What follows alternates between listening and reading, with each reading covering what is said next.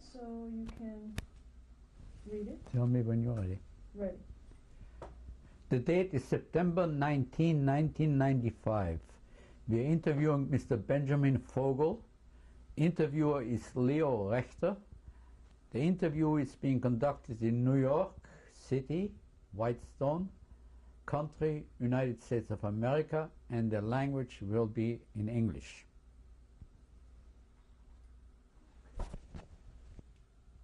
So it could be what you took before the door. Right. Okay, rolling. My name is Leo Rechter. The date is September 19, 1995. We are interviewing Mr. Benjamin Fogel. The interview is being conducted in Whitestone, New York City, United States of America. So we're rolling. And whenever you want to start. Okay. Tell us your name, please, and spell it, please. My name is Benjamin Fogel. The last name is spelled Fogel. Was this your name at birth, or did you change it subsequently? This name was at birth. Okay. Did you have any other names, nicknames, or anything of that No. sort? Okay. When were you born? I was born September 13, 1920. And what is your age today? My age today is 75. Okay. Where were you born?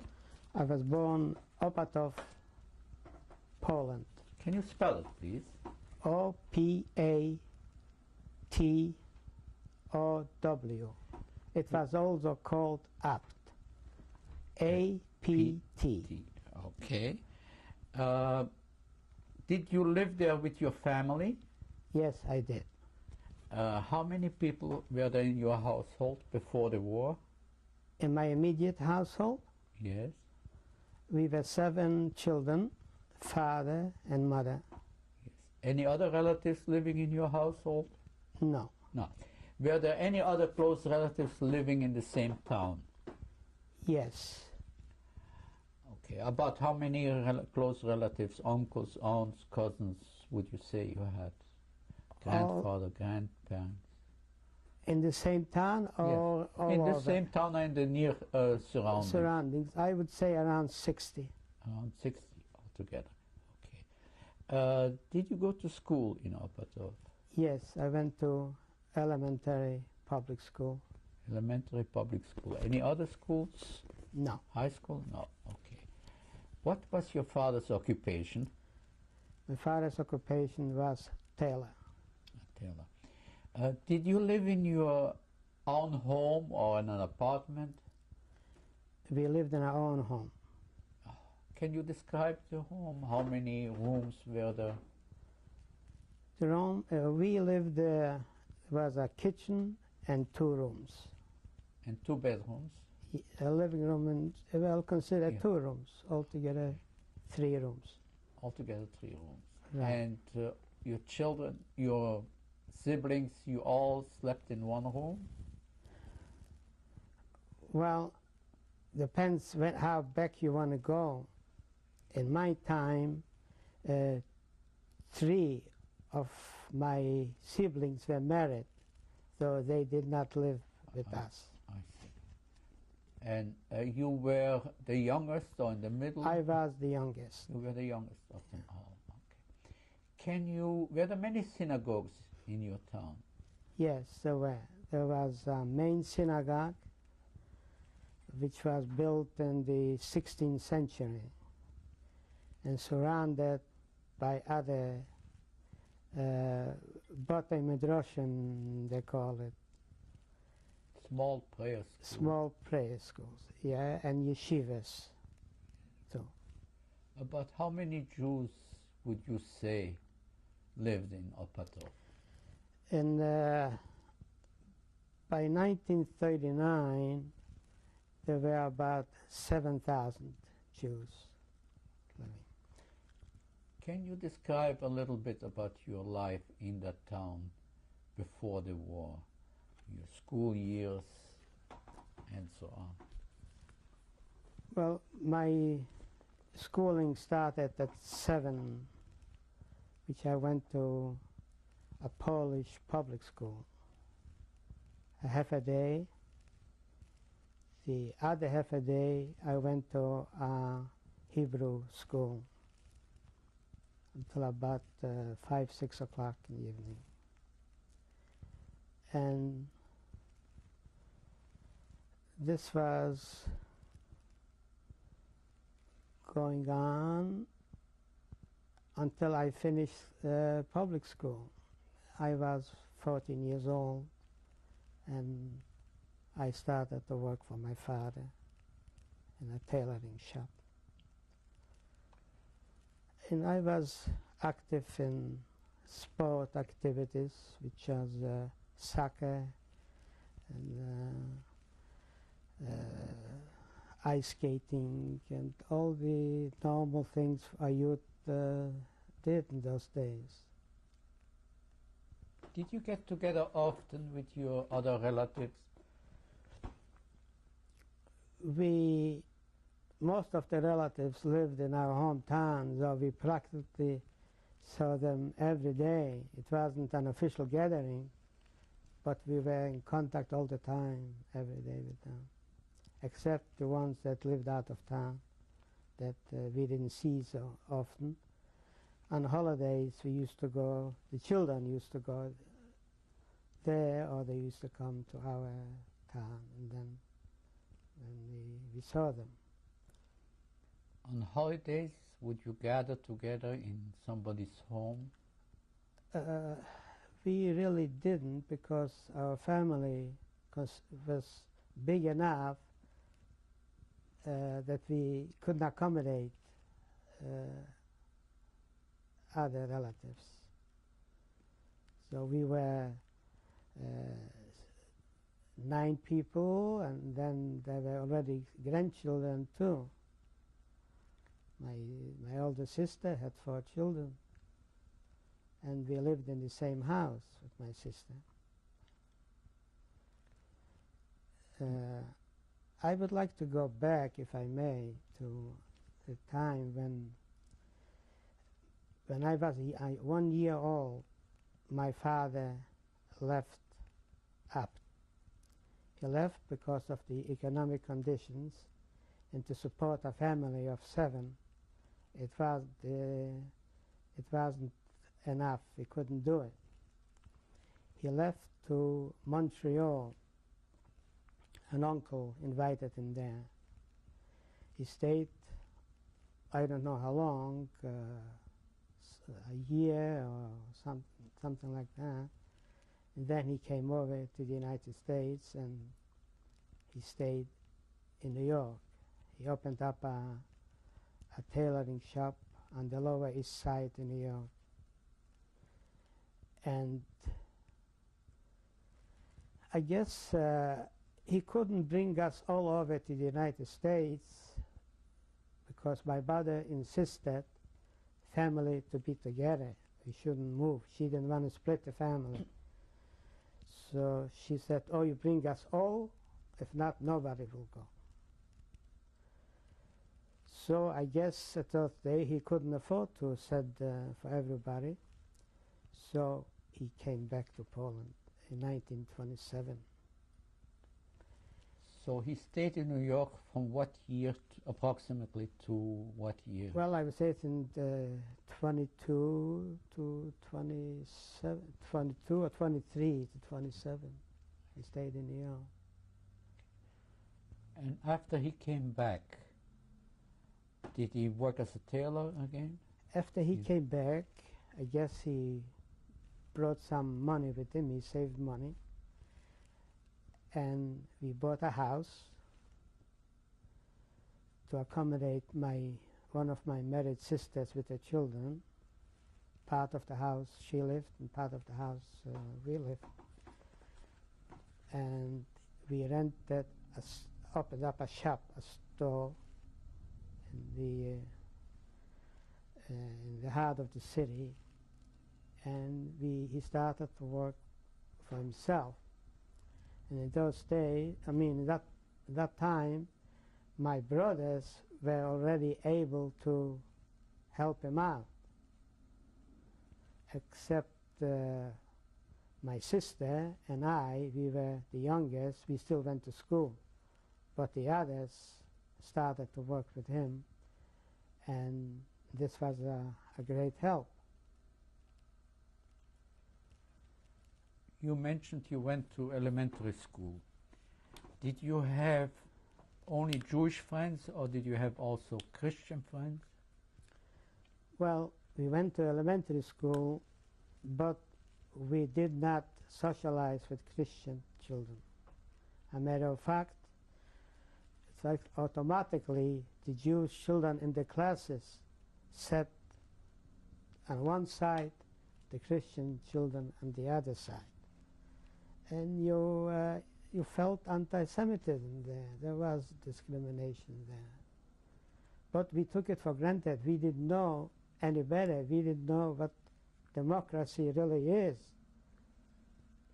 And also when we went on the soccer field to play games, there was always Jews against the Poles, against the Christians.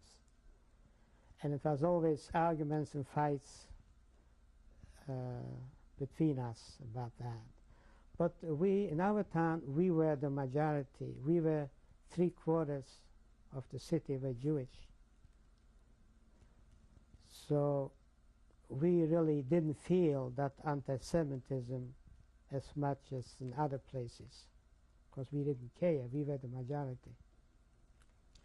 Did you encounter any overt acts of anti-Semitism, like beatings or pogroms or anything of that sort?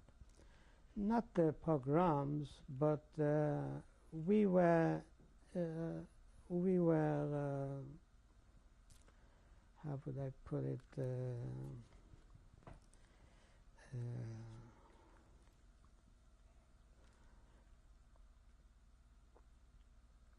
You were not socializing with We weren't socializing but at all. there was no actual beatings or anything of that sort. There was no beating. There were occasionally there were fights. There were beatings. There were fights between yeah, the there groups. were. What was your earliest childhood memory? What do you remember from your Well, childhood? I can remember when my father came back. It was I was 7 years old, and I remember meeting him the first time. And it was a funny feeling to see somebody who is your father. You never saw him again. But as time passed by, we did really get very close to each other, and we were a very close family. To the end, we were a close family. And my father was active in all kind of organizations at home. He was active in there was a labor association of self-employed people. This included tailors, shoemakers, carpenters, all this. So he was very active in that field. And he, through that organization, he was elected to the Jewish council, to the Gemina. So he was part of the Gemina before the war. And he was also active in the synagogue. He wasn't very religious, but he did belong to the synagogue, where he helped out and served as a gabbai, they call it, another one. And this was his life, the work and taking care of the children and all this. They call it the Handwerkerverein in Yiddish. That's what he was mostly active in, always ready to help people and whatever he could. And sometimes he neglected to work, and he went out to people who have problems to help them. My mother was busy with 7 children. So that was her life, the children, and cooking and cleaning, and this was her life. She didn't go anywhere, she didn't see anything. This was her life, to keep the family together all the years. What did you hope to become in life? Did you have any dreams of what you wanted to be? I couldn't have dreams because I didn't see any other solution but becoming a tailor. The possibilities weren't there, especially for Jewish people. We were lucky that my father had a shop that we could all work there. If not, there were people, Jewish people, who had no future there. There were no jobs available. That's why so many people emigrated to all over, wherever they could, to better themselves. And that was the reason my father did it too.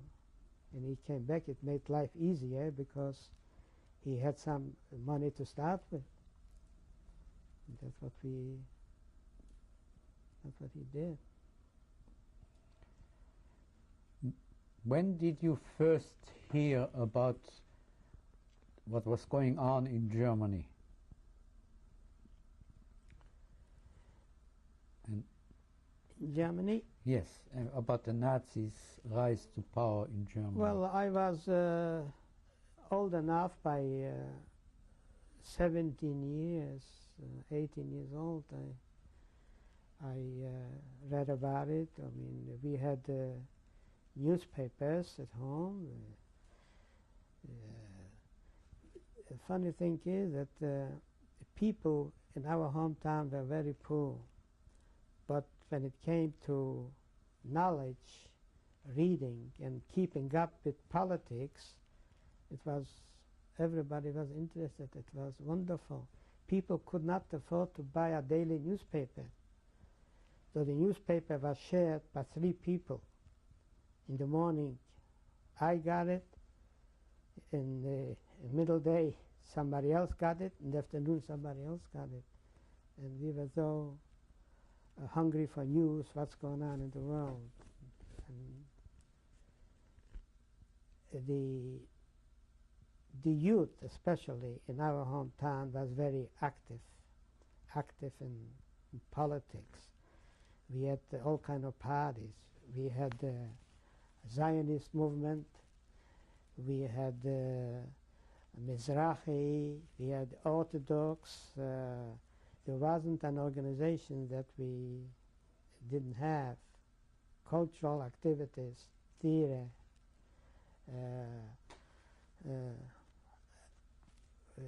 everything was good. The Communist Party was illegal, but we had a big Communist Party underground, very active. Matter of fact, my brother, he was the oldest brother, he was active in the Zion. This is a Zionist organization, a labor Zionist organization. And later on, he became a communist, of course, illegal. And my other brother, the same. I belonged to the Zionist organization. My sister belonged to the Zionist organization. But was always vibration. There's life was going on. That you always something to do there. Did you hope to go one day to Palestine?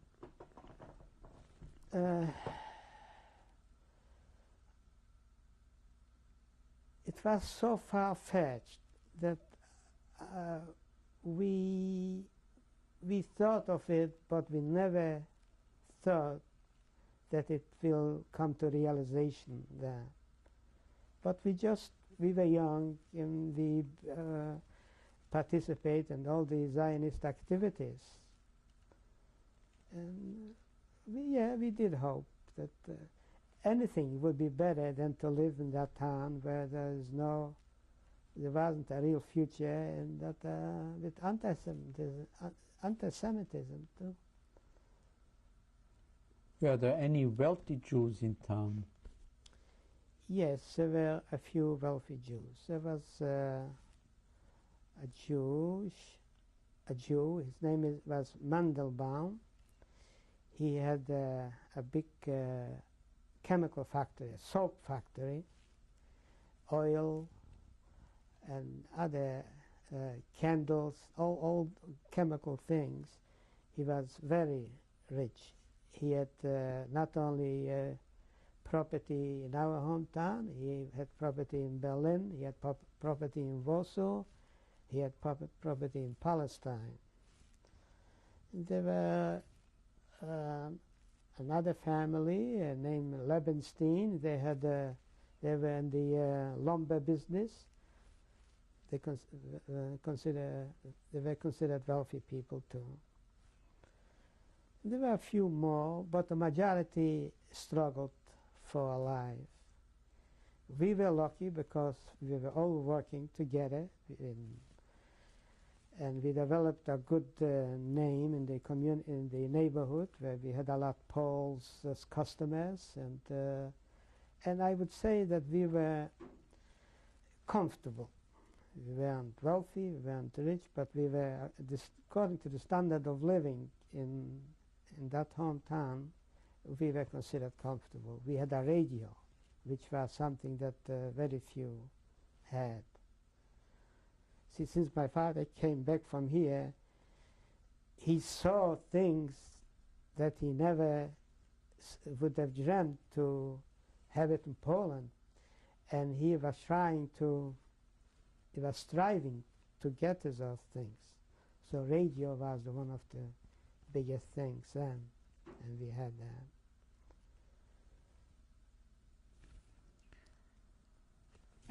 And when you heard about what was going on in Germany, did you discuss it with your family? Did you ever think about leaving Poland and for safer places?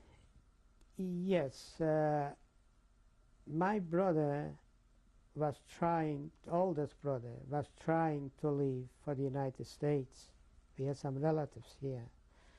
This was when it was when it was the World's Fair was here in '39 was it. But the relatives did not have enough collateral to put up for him to come here. He was trying to come here just for the fair, maybe he would remain, but it didn't materialize. He couldn't.